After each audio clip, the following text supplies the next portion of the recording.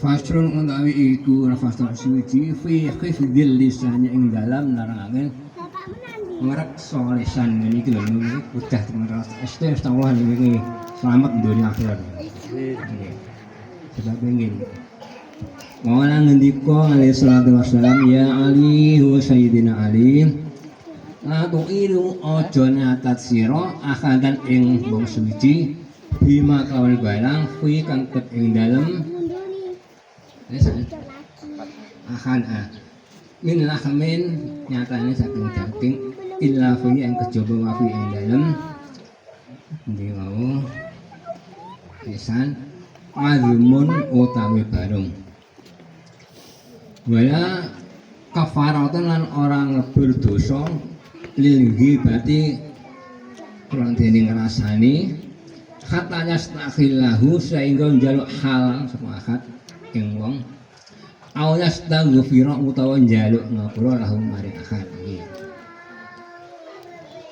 Dadine awake dhewe iki aja sampe ngrasani wong liya abot nggih niki.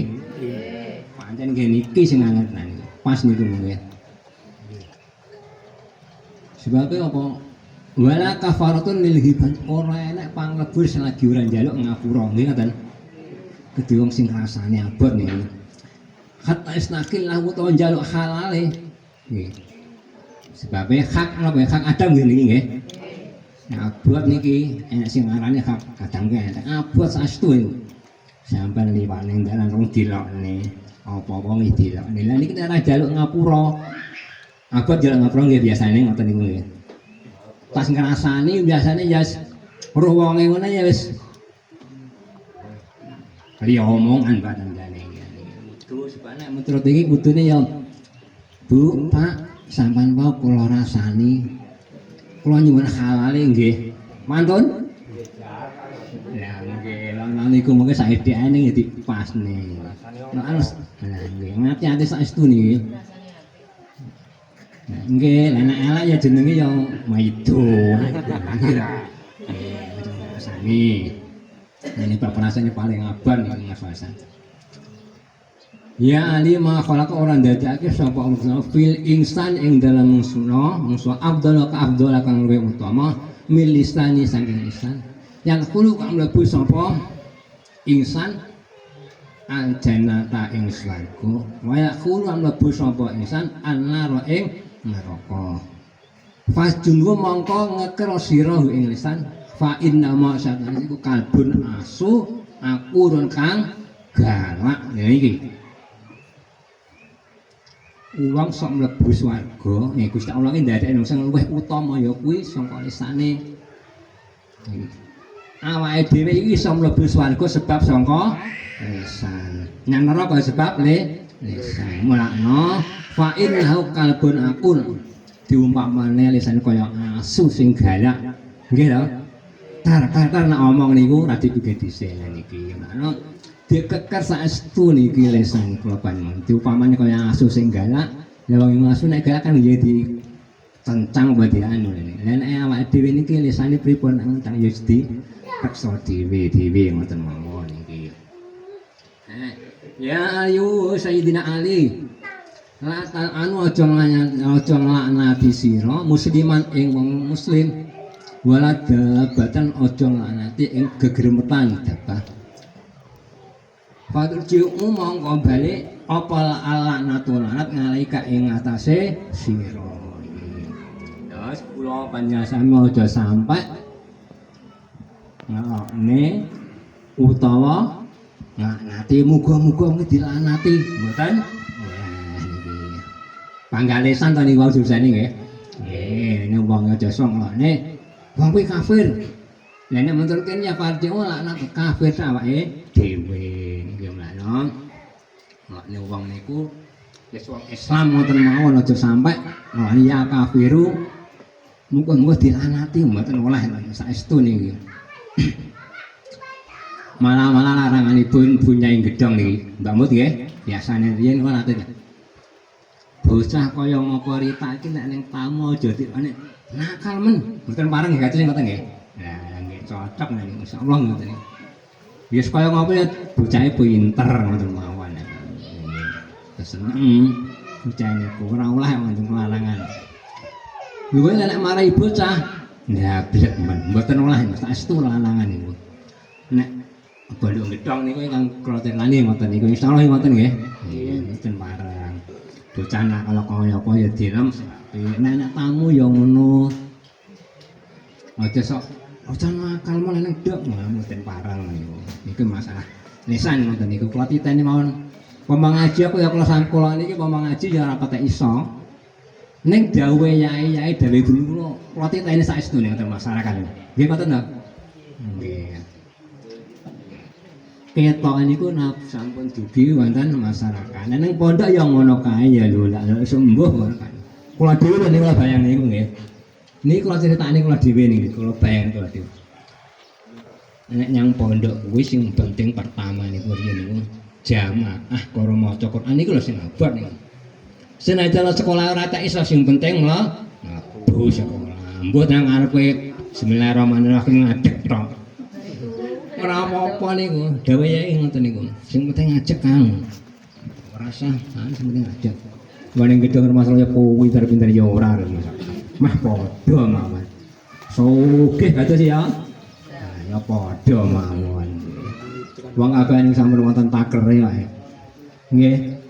Bondo donya niku sampun wonten takere dewe-dewe. Mboten usah ngersek alhamdulillah diparingi saiki disyukuri. Oke ya disyukuri. Tapi kadang-kadang nek oke niku lah lah nek wis ngene kadang ora ya ya Allah ya mbak ngono. Nek iso kuwi ya niku direksa. Endi wae? Nggih gegerepatan ya ngono.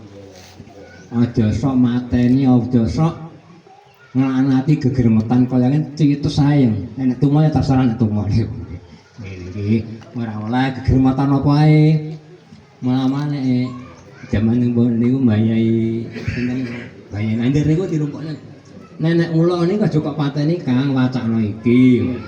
Ati dina bi hakin bil harisan. Winane kula lah nek pancen kula anu dipateni ora apa-apa ning kadang wani dirose lho. Ngendikane mbayai kedadian sangka jin nggih wonten. Mane kon macane. Oh, lah nek nggih jadi pateni sik gegermetan iku telas pamaulan jero omah ya ditokne ngono ae ben slamet kabeh niku golek pangan awake dhewe golek pangan. Niki gegermetan ora oleh dilanati. Cara riyen cirikan kula niku wong nang sawah niku lho mluku ngambil sapi nggih Pak Roman nggih ngoten niku. Wecut ora gelem mlaku. Niku cara riyen. Nek niki jane nek mitra niki ora oleh niki. Dilanati sing kaya ngopo ya gak oleh. Ada bang kandung ana malaikat nggih. Faslun fil haya'i saniki sifat isin. Faslun utawi iki iku faslun suwiji fil haya'i nerangake isin. Wong ora isin ya nggih. Sinten kok. Wala ngendika sahabat Kanjeng Nabi alaihi salatu wasalam, ya Ali, ad-dinu utawi agama kullu sakabane din fil haya'i ing dalam isin. Wa mongko utawi haya iku antah wada yen pangersa sira arsa ing sira wa malan barang ora wong sing bamal ka kawa kang ngemot apa siramang wal banan weteng wa mal barang wa kang maraki nggih nggih apa badan nggih iki malih sifat isin wong nyekeli agama menika kedah duwe sifat isin iki kabeh agama sifat isin. Panten ceritane rawan to nika wali asom nggih nika. Nggih Mbak Mut, meneh wali asom ya sing santri wedok nyang pasar ngentut suwer nika lho. Kadose wonten lha niki ngreksa ngoten niku niki isine wong hayang iki. Wawa atak wadur osan iki sirah sing niki direksa duwe sirah, sirah direksa apa pakaiane sirah nah putri nggih makroman. Anak jaler nggih nah damel peci utawi damel sangka. Keren kula nate sekolah niku ya sok aluk niku didhawuhi guru kula titeni malih. Ngeten dawuhe niku guru kula Pak Yai Asruddin Al-Hafidz niku. Kang kowe aja sok mbuka sirah Mbok nganggo topi, mbok nganggo sangka kudu ditutupi sirahe. Sebabe nek ngomongi wong ora tau digugu. Nggih ngoten insyaallah ngoten niku. Nek kula titeni dawuh ngoten niku. Mulane nganggo tiyang kakung niku mbuh penan nek medhek gedah dipun tutupi sirahe. Mulane kula fasile malih niki mengke saidekane ning insyaallah dipasne. Angel ngepasne kula dhewe lho niku angel. Nggih, putri nggih makruman. Yang berukut, itu putri jalan nggih, ndamel songkok. Tapi nek zaman saiki ada sing rada angel. Tasak niki niku lho, kula omongi biyambakane kadang ki angel iki. Wa malan bara hawa ing dalem kiwamati. Wetenge ya ngono. Biasa dahare niku dipun teliti. Niki sindi ingone keluarganipun dipun teliti malih barang king pundi niku sing ati-ati saestu niki. Niki kadang-kadang bocah enakan misalnya bocah napa tiyang sepahe kadang-kadang niku. Bocah nggih. Nggih ya iki nek ngoten niku teliti dhewe mawon maisae mangsa piye jam piye lan iki ora jenengan bocah dhisik diteliti sangka awake dhewe rumiyin niki. Nah, masalah ngomong ini ku wau nek tiyang jalan niku aja sampai mbuka sirah senajan tersaitik. Mbayahi ndoko nggih duka lho. Nggih ngoten niku. Calanang dan wudu nang mburi rasa mandi. Baik asal te guru kula niku ngoten niku, Kang aja sok muka. Kudu ditutupi sirahe kok nek ngomongi wong ora tau digugu. Lah niki mengen-ngenten iki ruwene pun teng masyarakat. Nggih pamut ya. Insyaallah niki, nek masalah niku sing dicatat mesti sing anak-anak. Kok pondok udan-udan kadang-kadang yang pondok anis panggah ngono. Nah niku mana awake dhewe niki ngoten iki sing ati-ati niku.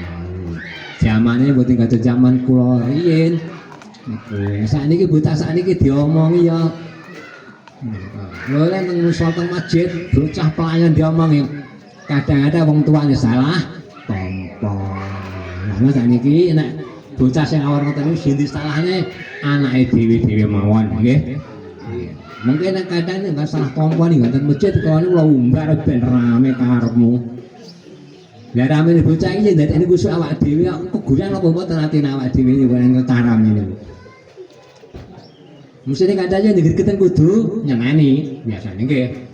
Nggih niku jane mboten niku. Bismillahirrahmanirrahim. Faslun fil warai. Utawi iki iku fasal fil warai dalam wirai. Kala ngendika ngene sallallahu wasallam, ya Ali. Madina ora ana agama iku maksud liman gedhe wong lakusatan ora wedi soman. La khosnyatan ora wedi man ing Allah. Lahu krana dene endi niki ya? Nah sanjung Ali. Wala akona ora wakal iku maujud liman kedhe ngono la ismatang orang ngersa lahu iman. Mulane niki kudu dipun reksa ta istu niki. Wedi nyang Gusti Allah. Akale piyambake niku ditersa la ismatang lahu wala iman lan ora ana iman iku maujud liman kedhe wong la warang ora wirai sapa man lahu kedue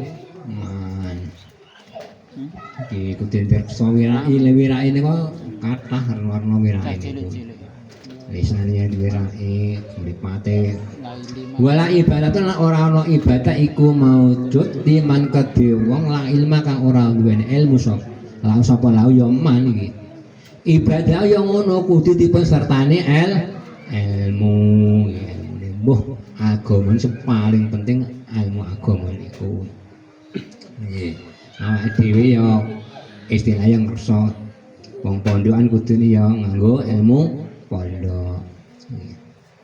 Saiki ora ya saiki iki rongan-rongan iki pintere mboten kados sakniki. Liwat HP niku lho. Liwat HP lah sakniki pinter-pinter kabeh niku liwat HP niku. Nah HP niku cara rumiyin niku ya larangan, nang pondok ya larangan jane niku. Tapi bocah saiki karepe ya HP sing akeh melek wis HP. Jane nang nggih ngomong. Cara awake dhewe nek ngelmu-ngelmu iku kudune nganggo sanad. Nggih kae mawon ngoten nggih. Kedah wonten. Ora kena ilmu di karepe dhewe mboten kena. Kudu ana sak dhuwure kula saka guru kula saka guru. Nggih ngoten nggih. Ora kena ora kan. Kula riyen gadah kanca ya terus terang mawon wae. Ngamale kitab perdukunan niku lho Pak. Napa niku. Akhirnya ngelong sebab ora di gurane kudune tuku kitab niku mbayahe kula badhe ngaos ngenten iki nyuwun ngaos ngenten iki. Dan saestu bocah ini ya tirakat ning pondok niku sekolah ya tirakat ya pinter. Ning kula delok ibu kula niku tibakane tuku kitab Aufang apa tuku perdukunan ngoten niku lho.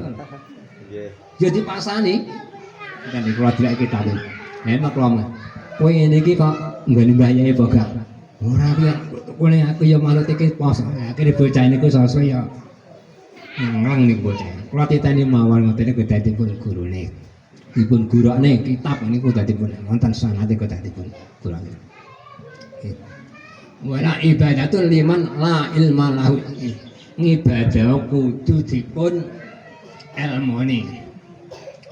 Wala muratan lan ora ana kaprewalan nggih. Kaprawiran iku maksud liman gedhe wong langsung kota kang ora ana sedekah ora gedhe man. Wala amanan lan ora slamet liman gedhe wong lasiran kang ora isa nyimpen siri lan gedhe man iki. Amanah slamet awake dhewe niku kedayo diserta saestu keselamatan awake dhewe niku. Wala taubatan dan ora taubat iku maujud liman kadung la taufik kang ora oleh pitulung aku dhewe maniki. Awake dhewe ora taubat nek ora oleh pitulung saestu niku ya abot tah nglakoni dosa randang taubat niku nggih. Lah ana kula bla-bla nggih omong niku bocah saniki niki gelem mondok sekolah pondok nek ora oleh taufik kula pitulung rahmat sangka pangeran abot saniki. Bisa kula piyambak lho kula bayang niku. Menawi wis sami menawi nggih. Mabar karo wong tuane. Malah saniki awake dhewe niki ning masyarakat niku monggo putra-putrane dhewe niku duwe desa saestu masalah agama niku nggih. Wel ibune para ibu niku nggih. Cirose madrasah pertama nggih ibu niku. Nggih, lan ngoten niku. Ditanateni mawon dulu bocah niku. Mungkin gur ngejebne sekolahan pendidikan sekolah niku insyaallah abot. Niki kula critakne pribadi kula piyambak ngene nggih. Kali Bu Irian niki ngoten. Ngongkon kudu budak. Jam 3:30 atau jam 4. Ayo adus le. Anake dituntun adus saestu niku. Saestu. Dadi nek ora gur ngongkon prok niki. Nah saniki ni biasane adus le. Nggih. Nggih awake dhewe adus. Niku kula critakne kula gambar niku keluarga kula piyambak ngoten niku riyen. Jam 4 niku wis kudu bocah dituntun didus bane kon ngaji. Nek mungkin ngaji teng masjid teng musala kan biasane kita ngoten niku ta biasane niku. Nggih niku ya pangkanya masjid teng musala nggih. Ning awake dhewe niku bareng asar kudu ajeg diwarai bocah niku. Kemane bocah niku sing sae niku diwarai basa mboten sah. Bocah desa jadi jane kurang sae cara pondokan nggih Mbak Mun nggih. Nggih basa mawon. Sebab bahasa Indonesia niku carane kaya wong uku. Mangan ya gur makan sapi karo mangan padha mawon lan niku bahasane niku lho. Nggih, lha nek ngomongi putra putrane kan ngene kabeh bahasane ma'am, dahar wonten niku. Sing sae niku jane bocah iki belajari bahasa Arab. Bahasa Arab iki ngoten, sae kabeh niku sing luwih apik niku bahasane lho, bahasane dhewe niku. Bocah-bocah diwarai basa. Bismillahirrahmanirrahim. Wala sakho lan ora ana sifat roman liman kedhe wong la khaya kang ora duwe isin la kedhe wong mang iki sifat roman duwe sifat roman ya awayan ngoten mawon ya ali sayyidina ali malam yakun wiraan waroan man utawi sabane lam yakun iku ora sapa man waroan iku ngersa utawa wirake nganil maasi saking pira maksiat nggih wong kon padha ngersa wirake ngersa maksiat fabatul ardi utawi tenge bumi iku khairun wa apik la kuduwe nggih man menedo dia saking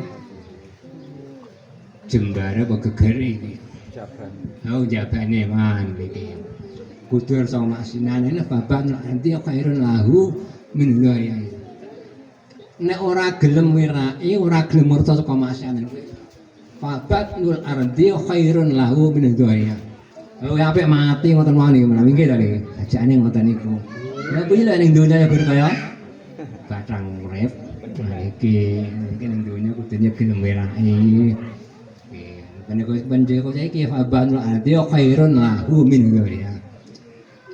Li annahu mangko sak temene nding man. Nah imana ora ana iman iku maujud fi qalbi ing dalem atine iman.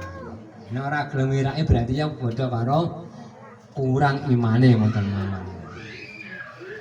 Ya Ali yo Sayyidah Ali aslul wara'i utawi asale mirake iku tarkul harami iku ninggal perkara haram. Wa malan barang haram kang wis ngarumake sapa Allah Gusti Allah iki. Asale wong wirake iki mang kudu ninggal perkara haram niku. Terus barang sing haram karo Gusti Allah. Wa rasul karam utawi pokoke kamulan iku fitarkil maasi iku tinggal maksiat. Wong kamulyan kuwi pokoke asale kudu gelem ninggal maksiat. Maksiat niku saniki kathah wis mbuh maksiat kathah mawon niku. Ya Ali Sayyidina Ali Inna rajula sak temene wong lanang layak ning ora tumeka sapa rajul bil khali kelawan akhlak ana khasane kang bagus al khasane darajatan iku bagus derajate asoe derajat soimi derajate wong kang poso al qaimi kang ibadah salat bengi al ghazi kang perang fi sabilillah ing dalem ngluhurake agamane Gusti Allah iki budi pakerti sing bagus kuwi derajate padha karo wong puasa ngene. Tur bengine yang ibadah iki kaya ngoten iki wong sing niki husnul khuluq. Mending ini pondok niku cirine piyambak-piyambak nggih. Nggih ta biasane nggih. Gedhong niku insyaallah niku nggih niku. Budi pakerti niku dipentingake saestu niku. Pinter apa ngopo nek kurang budi pakerti mesti dicacat. Kula niki nate namu nggih, kanca kula niki. Dereng matur dhek pun ngerti. Sampeyan bodhok gedhong Kang. Nggih. Kula titeni bodhok gedhong. Matur niku dawuh teng kula niku nate ndawuh niku. Nate. Lah yo wis dititeni wong tata kramane niku. Bismillahirrahmanirrahim. Lah niki ganjarane malih iku padha karo wong sabilillah perang sabilillah. Ya Ali wa Sayyidina Ali kun ana sira iku basasane wong ajar raine. Dawuhe namane niki sing Ali wong iki kon ajar praupane. Nggih ngoten nggih niki. Fa inna la yuhibbul basyashina fa inna wa ma'asal temen iku sareng sohib iku demen bagus Allah al-basasina wong kang ajar raine. Wa yubidu lan bendu Allah al-ubu sang wong kang merengut al-karyatal wajid siap wong sing sengit wajahe iki. Baik kun bacaan basasan awake dhewe niku kong ajar praupane. Nggih ngoten nggih. Senajan ta kaya ngapa nek karo kanca, karo dulur kanca niku istilah niku pegel kaya ngapa ning wajah kedah dipun ajar-ajarne niki basasan. Fa inna Allah yuhibbul basyina iki Gusti Allah seneng wajah ajar. cethuk kancane cethuk tanggane barang sing piambang merangut mawon. Nggih. Ku mboten sae niku metu niki ngoten niku. Senajan simpangan indan arep nang sawah to biasanya awake kan jabane sawah paman nggih paraman nggih. Kang nang sawah jajane jelas nang sawah lha niku padha karo ngeten iki lho ngajar. Ajar praupane niki. Bismillahirrahmanirrahim. Wayu widu lan bentuk awal busan wong kang merengut. Dadi wong gur merengut ta wae. Gampang tuwak jenenge merengut niku. Nggih. Sing nggih ya. Nek yo guyu nek aja guyah. Guyu nek karo kancane. Teng pundi, Mbak? Keng pundi jenenge kok sawah kok dibacani pangate kok. Lah niku jenenge cara istilah niku ndisi salam nih lho jane Mbak Yaya Khaliqin ngoten niku ngaji. Lho jenenge kok sawah lho Kang oh ya teko kok sawah tok Kang kok sawah to iki. Ya jane padha karo ngoten niku wajah niku karo gelem teko. Nuwune karo tanggane ya ngono simpangan kudune ya. Nang teko dhisik niku sing apa nang teko dhisik mosok ngendi ya niki. Teko dhisik. Oh ya Ali Sayyidina Ali Rasul ibadati utawi pokok ibadah iku asum tu meneng. Illa min dzikrillah kejaba angin zikir marang Gusti Allah iki. Pokok ibadah ki wong meneng. Kejaba namung zikir dumateng Gusti Allah iki meneng. Rasul ibadah wong meneng. Ben ndak menenge Kang Imam nggih niki. Nggih, kula meneng ya wong ya mboten patut iki. Selawu meneng ae ndak menenge. Ngene ilham zikrillah kejaba angin eling Gusti Allah. Ya Ali wa Sayyidina Ali.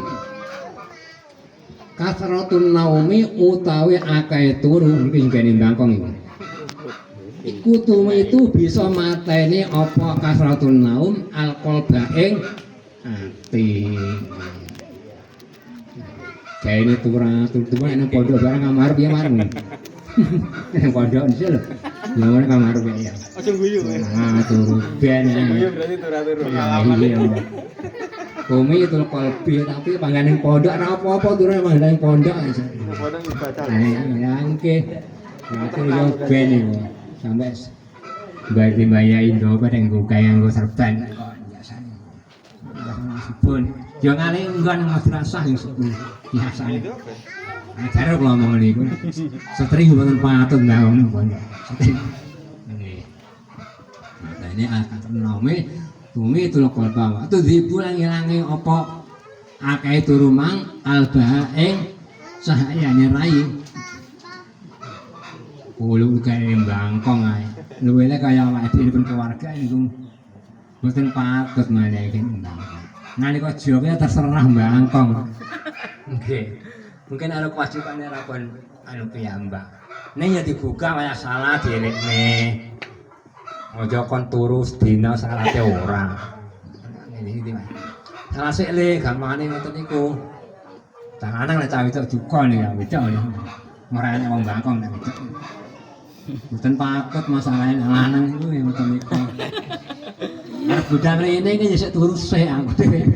Ya awan Kang Mas kok ya. Ora ora patut. Luwe-luwe maratuane ku engko maratuane guyak pitik ya perhalaan biasane.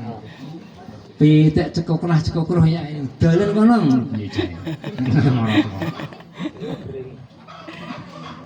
Irana bu pitike lha piye iki ngono iki.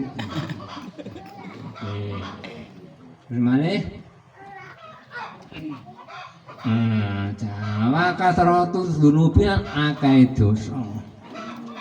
Mana kayak dosa ya turu, jadi turu ya ambil dosa ya turu. Nggih, diniati ibadah nek poso bae ya. Nek turu ya lan. Iya, kasratus dunubi. Terus malih ya, kasratus dunubi lan akeh dosa. Iku tumitu apa mateni apa kasratus dunubi alkohol baeng ati. Akeh dosa kuwi ati yo. Mati yang kene iki. Mati nanti piye? Jak ibadah banget dengan iku jenenge mati. Diomongi ora masuk, iki mati kuwi. Atos yo ora kaya ati.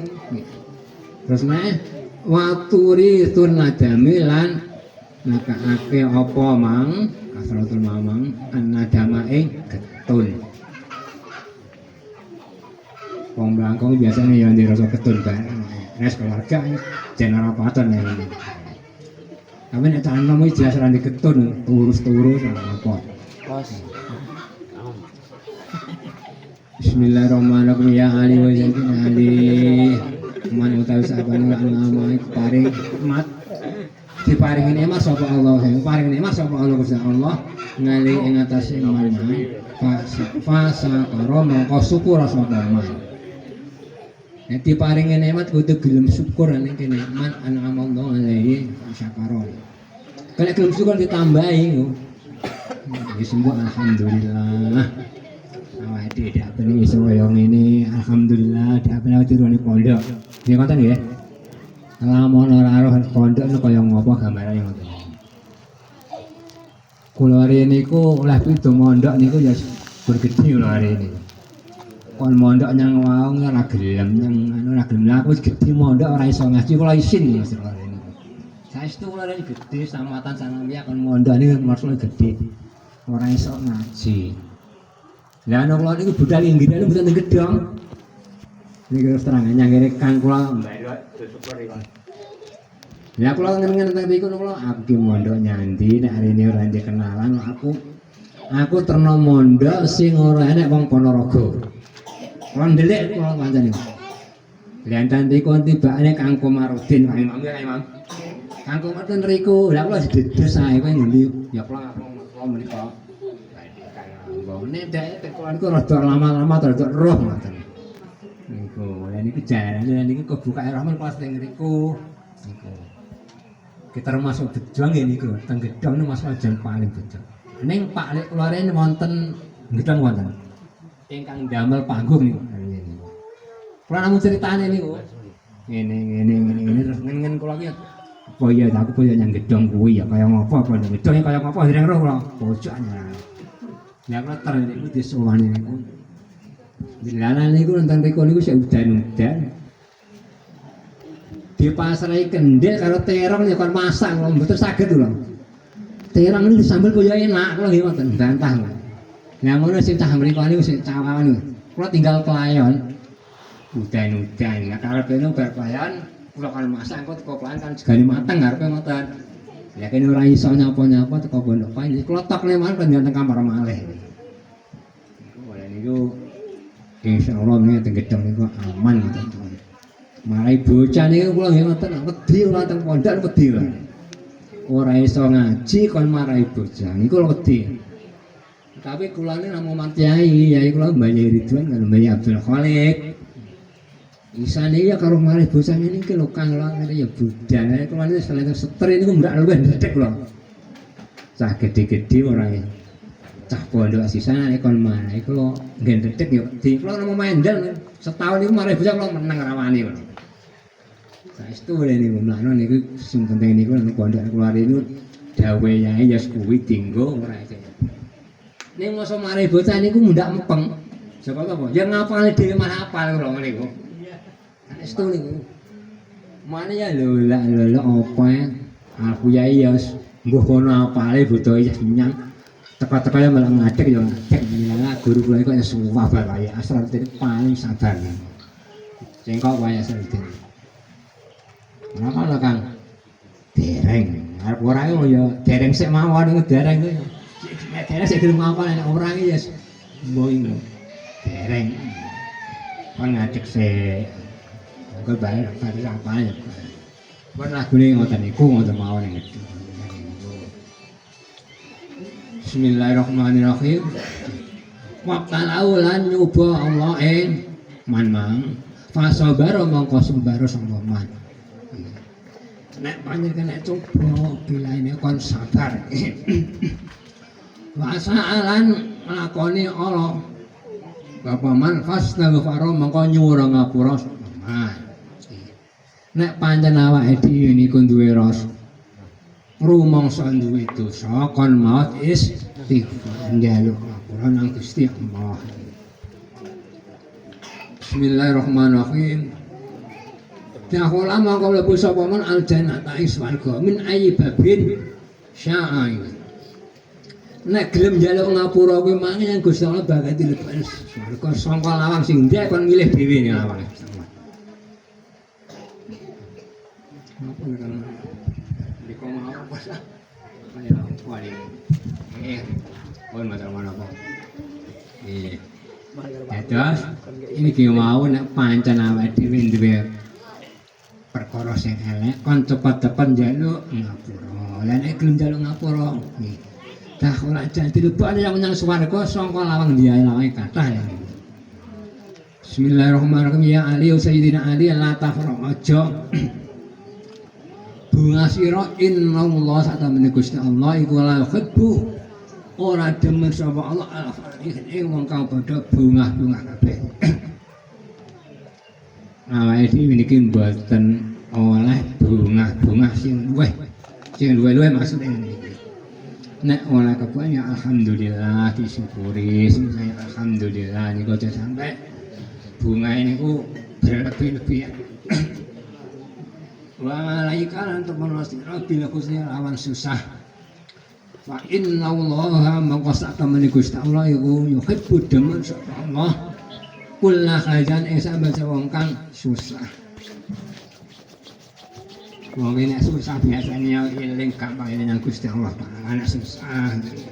Nek bunga kadang ya lali, nek bunga ya aja nemen-nemen, nek susah ya aja rasa susah nemen. Bismillahirrahmanirrahim. Fa inna allaha akan Gusti Allah ngampun iki.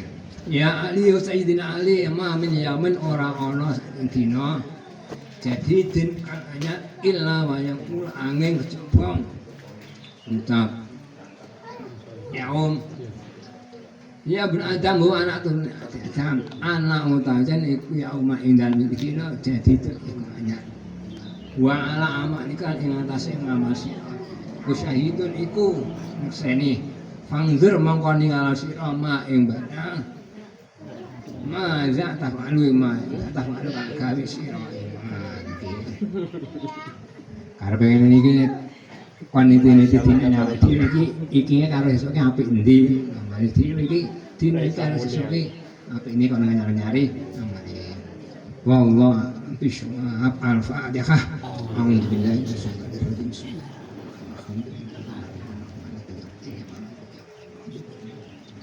ini mengatakan nih kanggo pos ini saetik ning insyaallah niki ternyata insyaallah selamat dunia akan lah dhewe nggih. Kita ngopo nih pondok ngoten niku. Nggih mboten wonten ketenangan ingkang mboten ngepas pun ngaten pribadi panjenengan sami kula nyuwun ngapura ingkang ageng nggih. Wassalamualaikum warahmatullahi wabarakatuh.